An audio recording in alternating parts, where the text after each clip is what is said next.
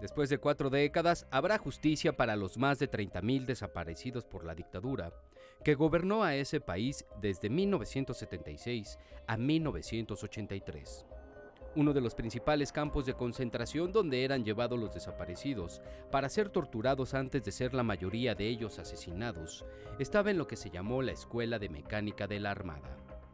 Fueron miles las personas que pasaron por ese campo de concentración, pero un caso fue paradigmático. La noche del 8 de diciembre de 1977, un grupo de madres cuyos familiares habían sido secuestrados y que habían creado una organización entonces incipiente llamada las Madres de Plaza de Mayo, porque con pañuelos blancos sobre sus cabezas simplemente daban vueltas en esa plaza, ubicada frente a la Casa de Gobierno en Buenos Aires pidiendo datos sobre sus desaparecidos, tenían su reunión periódica en la iglesia de la Santa Cruz. Pero en ese pequeño grupo había un infiltrado, un joven llamado Alfredo Astiz, que decía ser hermano de un desaparecido y cuya labor fue señalar a las madres que esa noche, junto con 2 monjas francesas que las apoyaban, serían secuestradas, torturadas, entre otros por el propio Astiz, y cuyos cuerpos días más tarde serían arrojados en los llamados vuelos de la muerte, al mar.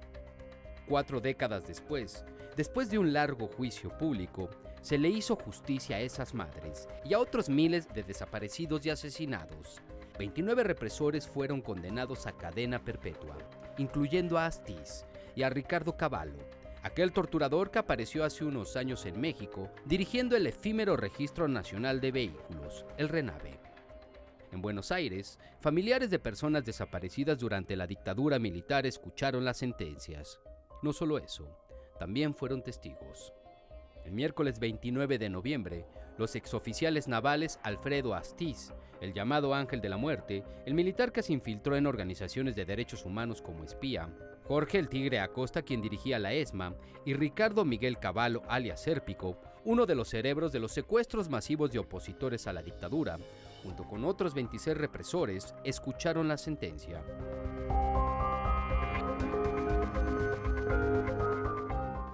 Durante los últimos 5 años, los fiscales del caso presentaron ante los jueces de derechos humanos testimonios de más de 800 testigos para responsabilizar penalmente a 68 militares argentinos por la muerte o desaparición forzada de 789 personas en la causa llamada ESMA 3.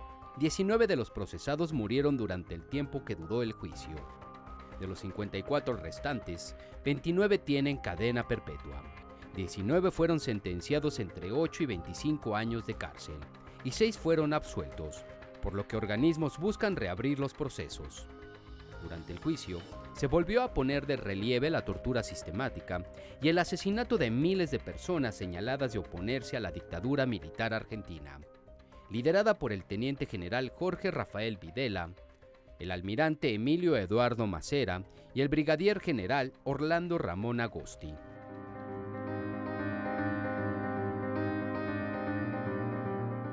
Los fiscales argentinos que llevaron a juicio a militares y pilotos que comandaban los vuelos de la muerte lograron hacer referencias cruzadas de testimonios y documentos para detallar cómo se realizó una de las tácticas más atroces en Argentina.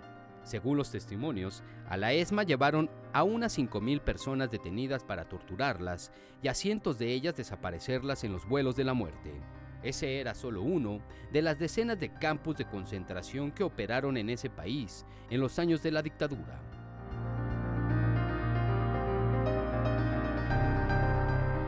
Una de las víctimas fue Víctor Basterra, quien estuvo presente en el juicio. Durante su cautiverio en el ESMA, fue obligado a confeccionar documentos falsos para los propios torturadores. Basterra fue fundamental para condenarlos, porque aportó como prueba los negativos de las fotografías que les tomaba a los militares para realizar esos documentos. Esos negativos fueron clave para reconocer a los asesinos. Lo cierto es que estos juicios se lograron después de una lucha incansable de organismos de derechos humanos que no claudicaron en juzgar a los responsables.